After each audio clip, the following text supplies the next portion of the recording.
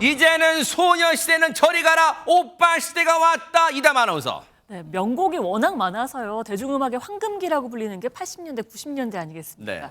그 당시의 음악을요. 안방으로 그대로 소환해주는 오빠들이 나타났다고 합니다. 첫 번째 오빠부터 영상으로 야, 만나보시겠습니다. 두근두근하네요 벌써. 네. 가을엔 떠나지 말아요. 낙엽지면 서름이 더해요.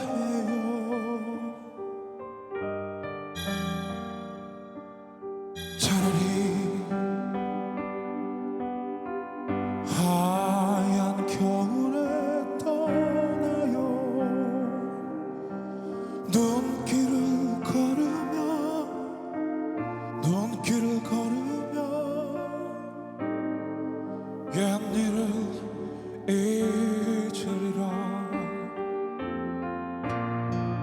거리엔 어둠이 내리고 안개 속에 가로등 하나 비라도 우리 내려버리면 내 맘 갈 곳을 잃어.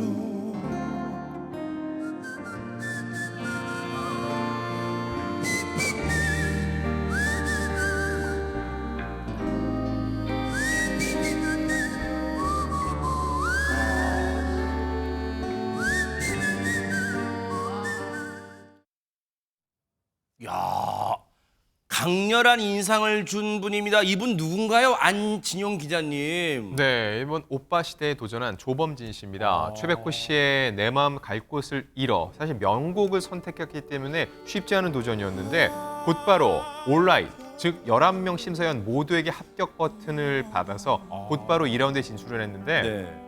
영상에서 가장 먼저 합격 버튼을 누른 분은 바로 구창모 씨입니다. 네네. 근데 구창모 씨가 이 노래 원곡자인 최백호 씨의 절친이라는 거죠. 아, 그래요? 네, 그런데 최백호 씨는 탁성인데 조범진은 완전히 다른 자기만의 스타일로 원곡 이상의 노래를 불러줬다고 극찬을 아끼지 않았고요.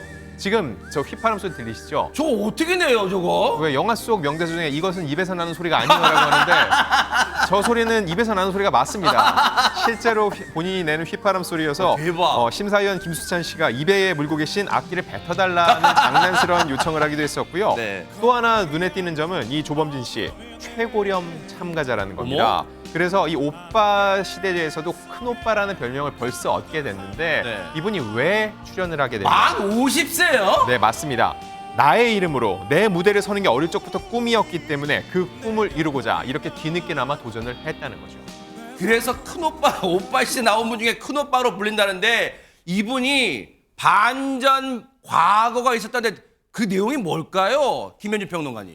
그 지난 1997년, 무려 1997년입니다. 네. MBC 락 음악제에서 금상을 수상한 경력이 있다 그래요. 어머. 그래서 그때 당시에 이제 정식으로 데뷔를 했는데 이후에는 그 한국 락의 전설이라고 할 수 있는 사랑과 평화에서 기타리스트로 어머. 6년 정도 활동을 했었다고 합니다. 야.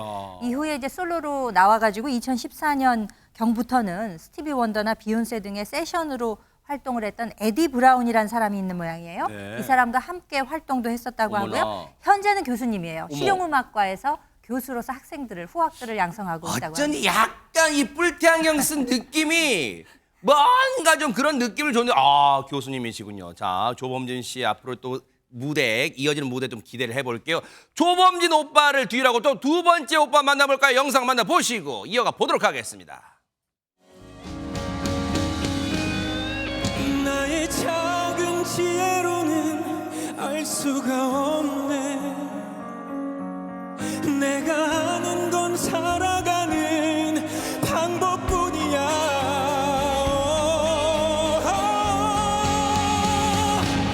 보다 많은 실패와 고뇌의 시간이 비켜갈 수 깨달았네. 이제 그 해답이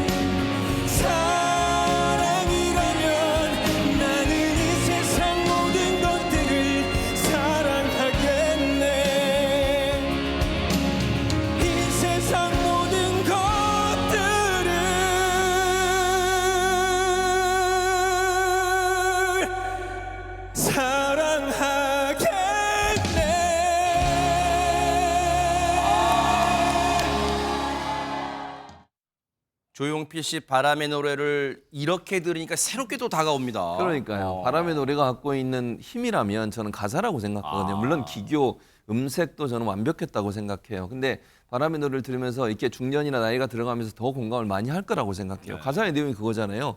내가 세상을 사랑하는 그 가장 중요한 단어 또는 방법, 그게 사랑이다. 내가 모든 걸 사랑해야 되겠다. 저나 김현주 평론가 정도 되면 이제 이해가 되는 거죠. 이 왜 말이. 김현준 평론가까지 끌고 들어가세요? 네. 혼자만 가시지 왜 그러세요? 맞습니다. 네네네. 나이가 이게 들어가면 들어갈수록 정말 공감이 돼요. 눈물도 네. 나오고 그러는데 저 장우람 씨가 그걸 너무 잘 표현한 것 같아요. 그러니까 우리가 들으면서 공감하면서 함께 눈물 흘릴 수 있을 정도로 마음에 큰 울림을 주는 그런 표현을 해서 올 라이트를 받았습니다. 아하. 앞서 조범진 씨는 특별한 반전 과거가 있다면 장유미 변호사님 혹시 장우람 씨한테는 뭐 특이한 뭐 수식어 이런 거 없어요? 있습니다. 717 가수들의 오빠. 이것도 이게 뭐예요? 무슨 뜻이냐면요. 이분이 그 가수들의 보컬 트레이너로 일을 하고 있는데 특히 어떤 전문 분야를 갖고 어머. 있느냐. 오디션에 출전하는 예비 가수들에게 보컬 트레이닝을 하는 것으로 굉장히 유명하다고 대박 합니다. 사건. 그래서 어떤 분들을 코칭했냐면 슈퍼스타 K, 불타는 트롯맨에 출전하는 예비 가수들을 가르쳤는데 무려 그 숫자가 717명 정도에 이른다는 거예요. 그래서 이 프로에서도 변진섭 씨가 그렇다면 누가 제일 기억에 나는 제자냐라고 네. 물으니까 바로 임영웅, 송가인, 고우림 가수 등을 뽑았는데 대박 사건. 엄청난 가수들을 제자로 길러낸 분이 출전해서 또 화제를 모으고 있습니다. 아니 그런 분을 보컬 트레이너 하신 분이라면 장우람 씨 보나마나 1등이에요? 그건 아닙니다. 끝까지 결과는 지켜봐야 되는데요. 다음으로 만나볼 가수는 누굴까요? 이담 아나운서. 이번 오빠는요, 콧대가 좀 높은 오빠입니다. 진짜요? 콧대가 왜 높은 건지는 잠시 후에 알게 되실 텐데요. 오빠 콧대 좀 높아? 뭐 그런 네, 거예요? 콧대 네. 좀 높은 오빠인 것 같은데 그 오빠가요, 노래를 딱 시작하자마자 첫 소절이 나오자마자 관객이 막 술렁술렁했다고 합니다. 그래요? 왜 그랬던 건지 영상으로 보시겠습니다. 어떤 무대였을까요? 네. 긴 하루 지나고 언덕 저편에 빨간 석양이 물들어가면 놀던 나이들은 아무 걱정 없이 집으로 하나 둘씩 돌아가는데 나는 왜 완전 달라. 여기 서 있나 오늘 밤에 수많은 별이 기억들이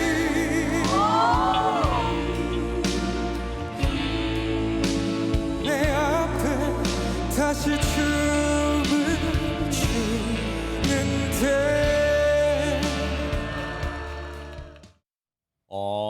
목소리를 듣자마자 탄성이 나왔을 거라고 충분히 예견되는 게 근데 김현준 평론가님 저 약간 탁성이 누가 막 여러 가수들이 막 떠오르는 그런 목소리 같아요. 뭐 하동균 씨 생각도 네네. 좀 나고. 그런데 이제 이 황가람 씨, 이분이 황가람 씨거든요. 네. 이분은 좀 그 앞서 나온 오빠들에 비해서 조금 젊은 오빠처럼 보이기는 합니다만 이분은 들국화의 그 전인권 씨의 노래를 골랐잖아요. 그러니까 보통 자신이 없으면은 이런 노래를 고를 수가 없지 않습니까? 그렇기 때문에 전인권 씨의 경우에는 본인이 그 특유의 본인만이 갖고 있는 그 소울 감정 이런 것들이 있잖아요. 그런 것들을 충분히 담아내기에 자신이 있으니까 이제 저런 노래를 선택을 했던 것이고 사실 그 전인권 씨의 그 노래도요. 엘 스튜어트라는 사람의 노래를 한국어 노랫말을 붙인 곡이라고 해요. 전인권 씨가 본인의 어머니를 생각하면서 어머나. 노랫말을 붙인 곡이라고 하는데 이런 노래를 이 정도로 소화할 수 있다. 그러면 오빠 자격이 충분하지 않나 싶습니다.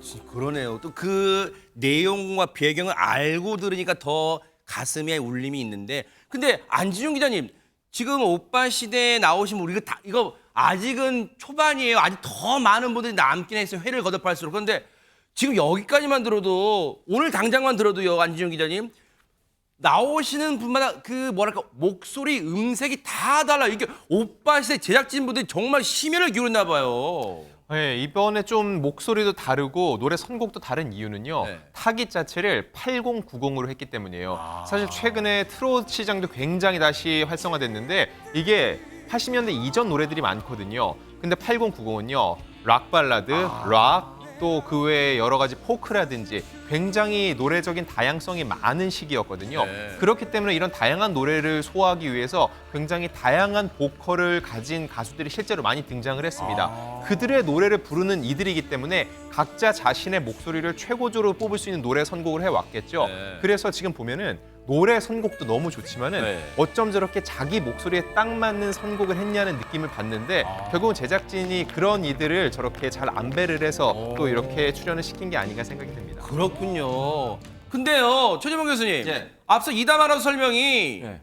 콧대 높은 오빠라 이제 황가람 씨한테 네. 아무리 영상을 봐도 코 높이가 뭐 저만한데요. 황가람 씨 뭐 콧대 높은 오빠 같지 않은데요. 퀴즈 한번 드려볼까요? 네. 사랑보다 먼 우정보다는 우정보다는 가까운 날 보는 언제까지 해야 되죠? 너의 그 언제까지 마음을 해야 돼? 이젠 떠나리 거기까지. 네, 아하, 네, 이 네. 노래 기억하시죠? 네, 알죠. 이 노래가 네. 우정과 사랑 사이인가? 사랑과 우정 사이.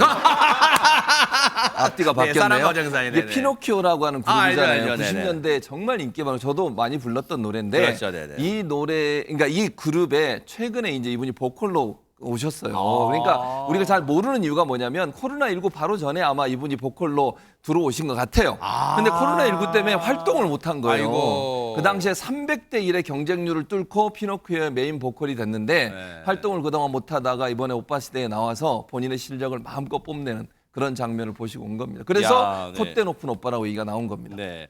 근데 어쨌든 지금 나오시는 분마다 안진용 기자님 뭐랄까 사연도 있고 반전 과거도 있고 이제 그러신 분들 많은데 아마 이제 제작진분들 정말 심혈을 기울이신 것 같은데 근데 보세요. 왜 기존에 몸담고 있는 그룹이나 활동하던 무대가 있는데 이 오빠 시대의 무대에 서게 되셨을까요? 결국은 자신의 이름 석자를 한 번쯤은 알리고 싶다 하는 기본적인 바람이 있다고 생각이 들어요. 예를 들면요. 네. 사랑과 평화는 알아도 조범진은 잘 모릅니다. 그러네요, 진짜. 피노키오는 알아도 하지만 이 황가람이라는 황가람 씨. 이름은 사람들한테 익숙하지 않다는 거죠. 아하. 이 뉴스파이터 하면 김명준이 바로 떠오르는 것과는 다르죠. 네. 그래서 이들 입장에서는 또 하나 특징이 보면은 조범진 씨가 50세로 최고령인데 다른 참가자들도 보면은요 나이대가 어느 정도 꽤 있습니다. 요즘 굉장히 젊은 10대들도 이런 오디션에 도전을 하는데 지금 보통 한 30, 40대들도 많이 나오는 분위기거든요. 오빠 시대 같은 경우는. 네. 그게 무슨 얘기냐? 자기가 좀 더 젊었을 때는 생계를 좀 더 생각하면서 이런 그룹의 일원으로서 활동을 해왔는데 나이를 먹어가면서 한 번쯤은 내 이름 석자로 서야 되는 거 아니냐라는 바람을 갖게 됐고 이 바람을 실현시키기 위해서 오빠 시대에 도전한 것으로 보입니다. 그렇군요. 오빠 시대 앞으로 이제 회를 거듭할수록 치열한 불꽃 튀는 경쟁이 이어질 거란 말이에요. 정말 관심 있게 뜨거운 응원으로 좀 이 시청을 해보도록 하겠습니다. 멋집니다. 보고 계십니까? 대박 사건. 네, 안녕하십니까? 김명준입니다. 여러분과 함께하는 뉴스파이터. 다양한 소식과 뉴스를 보고 싶으시면 화면 오른쪽을 꾹 눌러 구독해 주시길 바랍니다. TV로도 유튜브로도 여러분께 한 발 더 다가가겠습니다. MBN 뉴스와 뉴스파이터를 사랑해 주셔서 고맙습니다.